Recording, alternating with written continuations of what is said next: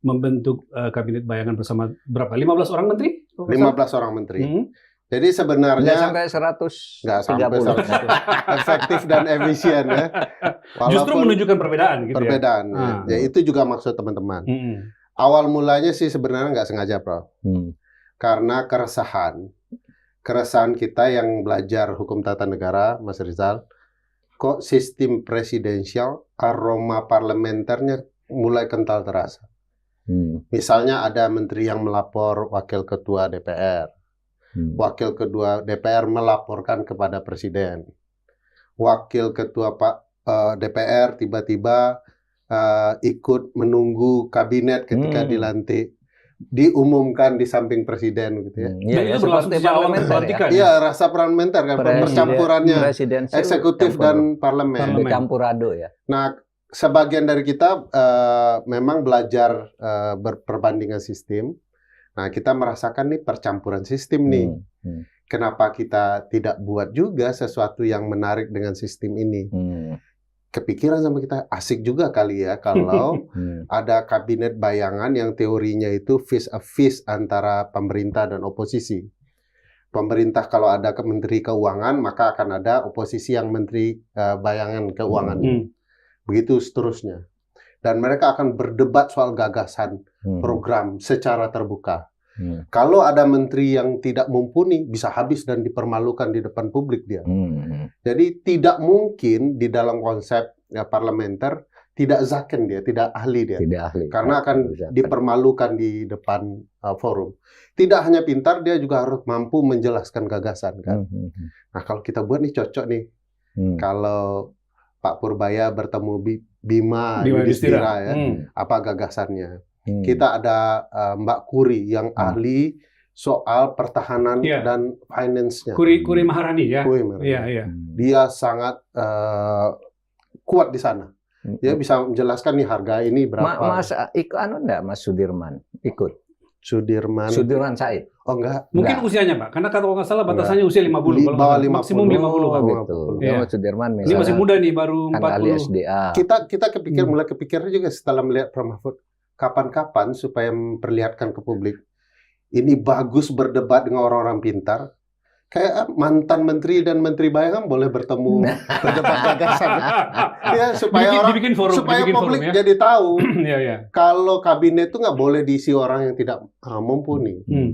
Minimal dia betul-betul mampu menjelaskan gagasan dan kira-kira bagaimana mengimplementasikan gagasan. Jadi ke-15 orang itu di kabinet Anda zakan semua nih, ahli semua nih kira-kira. Kalau menurut kita dengan riwayatnya dan pengalamannya, Prof, mereka zaken di bidang masing-masing. Tetapi Anda dan kawan-kawan sebelum itu, jadi Ferry Amsari ini sekarang membuat satu gerakan berkelompok yang kemudian dari anak-anak muda yang saya anggap anak muda lah ya, di generasi di bawah saya lah, yang kritis terhadap pemerintahan dan prihatin terhadap jalannya pemerintahan ini, membentuk kabinet bayangan, artinya ada presidennya, ada sekretaris negaranya, ada menteri apa, ini kebetulan beliau menteri sekretaris negara.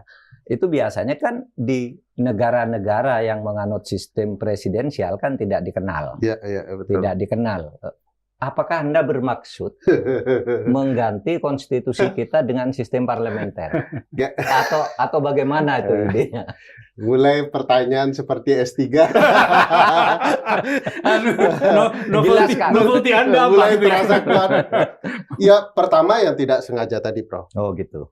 Kita mau semacam kritik lah. Kalau Anda ngawur menjalankan sistem presidensial, kami kasih tahu apa yang sebenarnya kalau Anda mau menerapkan parlementer. Kalau parlementer begini gitu ya. Begini modelnya harusnya tanpa menghilangkan nilai-nilai. Jangan tanggung ya. Kalau memang balik ke rumusan kita bahwa kita akan menjalankan sistem presidensial secara murni dan konsekuen, harus siap dengan konsekuensinya.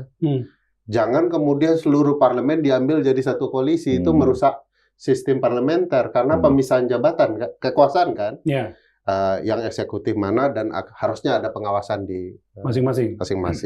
Pak Mahfud, tapi dari segi demokrasi dalam negara demokrasi dikenal shadow cabinet seperti ini. Iya bisa aja, bisa saja. Nanti biar dijelaskan ada berapa negara. Tetapi maksud saya tuh intinya kan sekarang pemerintahan menurut saya tidak, para menterinya tuh agak lemah ya sekarang ini. Nggak beri penjelasan ke publik, lalu programnya apa, kalau dikritik nggak menjawab, lalu dilempar ke presiden sendiri kan gitu kan.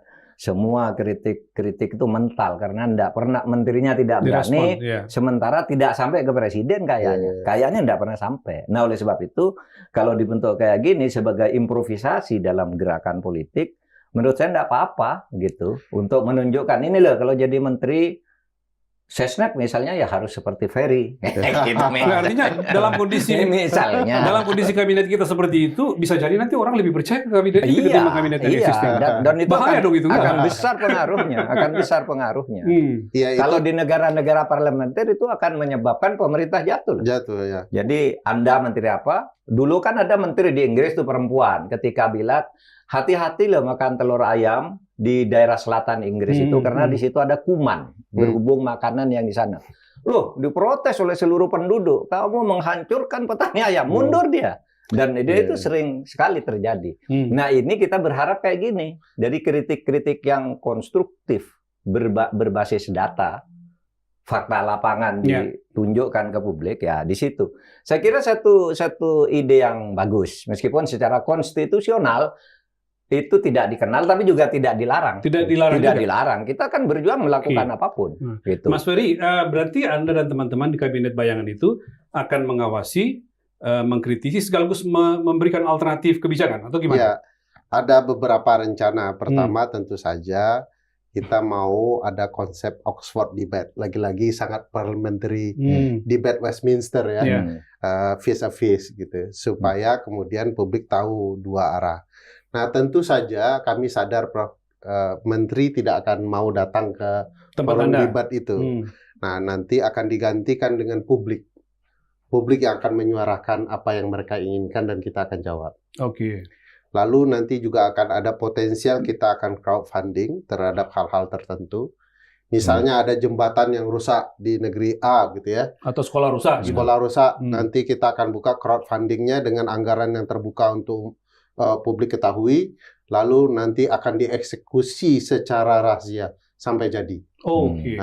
Nah, jadi baru terasa manfaatnya oleh publik, baru kita akan laporkan ke publik. Jadi finansialnya dari model crowdfunding? Crowdfunding. Kan kalau negara ditarik pajak oleh publik, nah ini bukan pajak, ini dana perjuangan bersama. Sukarela ya. Misalnya di sekolah ada guru honorer sudah puluhan tahun gitu ya. Idea nih.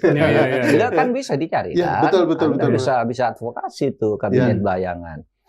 Puluhan tahun gajinya 300.000 dan mereka tetap bertahan di situ karena ingin punya status dan berharap suatu saat diangkat. Tiba-tiba ini malah mau diberhentikan misalnya karena ini dananya untuk MBG kan gitu kan. Nah, MBG penting enggak? Ya penting kan begitu. Tetapi ini tidak kalah penting nih orang-orang yang sekarang terancam ini. Itu nanti Kabinet Bayangan yang akan mengungkap itu ya. Iya. Mengungkap Terima itu kasih idenya Prof, ini akan saya bawa ke rapat. Nanti dianggap provokasi. Tapi kemungkinan yang ada di kepala teman-teman selalu akan in kind, tidak cash ya. Jadi kebutuhan guru yang bertahun-tahun itu misalnya rumah layak atau apa yang dia butuhkan, kendaraan gitu ya. Mungkin itu yang kita targetkan, supaya tidak ada kesan kita memfasilitasi uang tapi perubahan nasib tidak terjadi kan. Ya, tapi ini masih dibicarakan, nanti rapat di paripurna akan ada. Ya, kalau saya berpikir Anda tidak harus membayar gaji guru-guru honorer itu, tapi Anda mengungkap aja ke publik gitu kan. Kita carikan rame-rame gitu kan. Kan itu tugasnya Kabinet Bayangan. Betul. Jadi sekarang perkembangannya menarik, Prof. Perkembangan bahwa diisi kepala kita para pengajar hukum tata negara, Kabinet Bayangan itu sangat lekat dengan Westminster itu. UK, Australia, Singapura di titik tertentu yang walaupun dia akan campuran ya. Nah, sekarang terjadi perkembangan-perkembangan di Prancis ada Kabinet Bayangan bahkan informal gitu ya. Bahkan di Malaysia kalau nggak salah pernah ada muncul Kabinet Bayangan ya. Informal. Iya, informal. Informal. Ya itu yang kita jadikan. Kalau Malaysia kan memang parlementer. Dia bayangan dan di beberapa negara memang timbul pernyataan kalau kabinet bayangan tidak mampu bekerja menyeimbangkan pemerintahan parlemen yang ada di dalam, maka dia buat kabinet informalnya. Dan itu yang kita pelajari, kita telusuri, dan itu menarik. Sekarang di India misalnya timbul partai publik ya, cockroach party ya, partai apa namanya, lipas gitu ya, partai kecoa. Dan itu luar biasa dampaknya dan mempengaruhi gerak partai di dalamnya. Jadi kita kepikiran kayaknya publik bisa dilibatkan dalam banyak hal kalau pemerintah kita lalai. Gitu ya. Misalnya berarti kalau kaitannya dengan Anda mengkritisi atau mengawasi, gambaran kerjanya misalnya begini, kalau misalnya Indonesia sekarang akan memiliki Universitas Republik Indonesia, maka Menteri Pendidikan Anda akan bicara tentang itu atau gimana? Ya, Menteri Pendidikan kita satu tidak dipecah, jadi ngurusin pendidikan dari Semua. dasar sampai tinggi, juga soal riset. Dia punya background guru, pendidik, dan dia akan ngurusin semua hal itu. Tentu ini kan termasuk membentuk universitas dan membubarkan universitas. Masih kan ada dari bawah itu kan. Mengusulkan pembubaran universitas. Yang soal URI ini menarik. Di debat kita malah menariknya namanya kan gubernur, Prof. Udah dibahas di kabinet Anda, rapat-rapat? Iya, karena kita kepikiran kalau rektornya namanya gubernur, dekan berarti bupati. Saya sudah mulai manggil dekan ketua jurusan Pamat. Itu kecamatan. Ya, itu menariknya. Ya. Tapi ngomong-ngomong posisi tertinggi sejauh ini masih Mensesnek, belum ada presiden dan wapresnya? Tidak ada yang tertinggi di kabinet kita, karena semua kabinet kan sama mengurusi urusan tertentu. Memang logika kabinet bayangan kan harus ada pemimpin kabinet bayangan atau pemimpin oposisi. Tapi kita tidak pilih karena satu akan kontroversial. Kesannya kita sedang mendaulat presiden seseorang tertentu. Menjadi presiden, Kita juga belum tahu siapa yang cocok menjelang 2029. Kedua, kita tidak mau kesan kita mau mempermasalahkan Pak Prabowo. Kita mau Pak Prabowo baik bekerjanya. Jadi cara presiden baik bekerja, pastikan dulu lingkaran terdalamnya diisi dengan benar. Kita mau kasih tahu, tidak perlu 110-112 menteri gitu ya. Kita cukup 15 yang betul-betul bisa bekerja dan memberikan masukan kepada presiden. Dengan segala keterbatasan presiden mengungkapkan berbagai cara berpikirnya, tentu kalau dia disupport oleh kabinet yang mumpuni, itu akan jadi lebih baik. Jadi kalau Pak Presiden mampu bekerja lebih baik kan untuk kita juga, Pak. Jadi itu tujuannya. Tujuannya untuk rakyat, kembali kepada publik kepada juga publik, ya. Iya. Gubernur BI udah punya, kalau belum punya ada yang baru keluar baru mundur. Sesama Peri lagi ya. Iya. Pak Peri Warjio ya mundur ya. Mundur. Sudah nggak tahan kan? Enggak, tapi ini kan 50 tahun ke bawah ya teman-teman ini ya. Tapi dulu ada loh partai katanya, di partai saya ini hanya orang di bawah 45 tahun. Sekarang orang tua-tua semua. Dulu kan saya keliling-kelilingnya juga sudah tua. Dulu saya kan ikut Bapak ikut menyeleksi dulu ya? Iya lah, ikut dari awal. Gimana Prof perasaannya? Prof, Bang Uceng, Mbak Bibip sedih kayaknya. Orang-orang yang menyeleksi. Enggak juga, biar aja gitu. Nanti rakyat kan yang akan tanggung jawab mereka ya, Prof. Tapi ini tetap ya kabinet bayangannya di bawah 50 Di bawah 50, tahun. Prof. Sejauh ini tidak khawatir melanggar. nyiret saya. Itu dia, Pak. Biar cari yang muda aja. Tapi jangan sampai lari ke situ lagi. Ini catatan penting, Prof. Kami ingin mengundang guru dan tokoh bangsa untuk kasih pagar.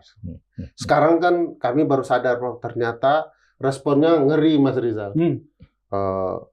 Ini mau kemana? Kami ingin ikut berjuang. Mau jadi staf. Mengirim CV ke website dan emailnya. Tahu nggak? S3 semua. Saya belum S3. Luar biasa. Masa stafnya berarti tim kajian dan segala macam, tim riset gitu. Kuliah di hal-hal yang ngeri. Jadi ini kan responnya agak berlebihan dan mengejutkan bagi kita, Prof. Nah, kami ingin supaya kami 15 anak muda ini tidak meloncat pagar. Nah, kami ingin bertemu guru dan tokoh bangsa, kasih pagar. Nah, termasuk beliau rencananya. Tidak, ini ingat ya, ini guru dan tokoh bangsa, bukan pemimpin para pemberontak. Diundang senior-senior untuk ini enggak. Kami ingin mendengar saran, masukan. Beliau kan paket lengkap ya, pengalaman di parlemen, jadi hakim, jadi menteri, guru besar begitu ya, dosen. Agama pula, ceramah agama. Agama, nah ini ada pesaingnya, ada Uceng. Gitu ya. Kalau itu Uceng juga bisa ceramah ya. Ustadz panjang ya, gitu. Ya. Kalau di kabinet ada Sofwan Albana. Menlu. Menlu Anda sekarang itu ya. Iya, Joglo Karyan, tetangga saya tuh. Nah, kita mau senior-senior ini kasih pagar. Jadi sudah pasti anak muda tensinya lebih tinggi, kesabaran agak lebih sedikit. Nah, kami mau dibangun pagar. Kita sedang merencanakan tuh ketemu orang-orang. Jadi akan ada sesi Prof. Mahfud ceramah perspektif dan praktik beliau soal apa yang harus dilakukan. Ini, Pak, ngeri-ngeri sedap nih. Tapi walaupun guru besar tidak boleh ceramahnya 3 jam ya, Prof. Harus ada tanya jawab. Harus ada tanya jawab. 30 menit. 30. Dalam kondisi terlapor, masih bangun, masih terlapor. Gimana tuh Pak ya? Yuk kita bicara lagi. Terlapor. masih terlapor, harus aktif datang ke kantor polisi, udah bikin kabinet oposisi. Keren banget kan? Karena saya yakin hal yang baik ujungnya akan baik. Oke. Ya, bagus itu.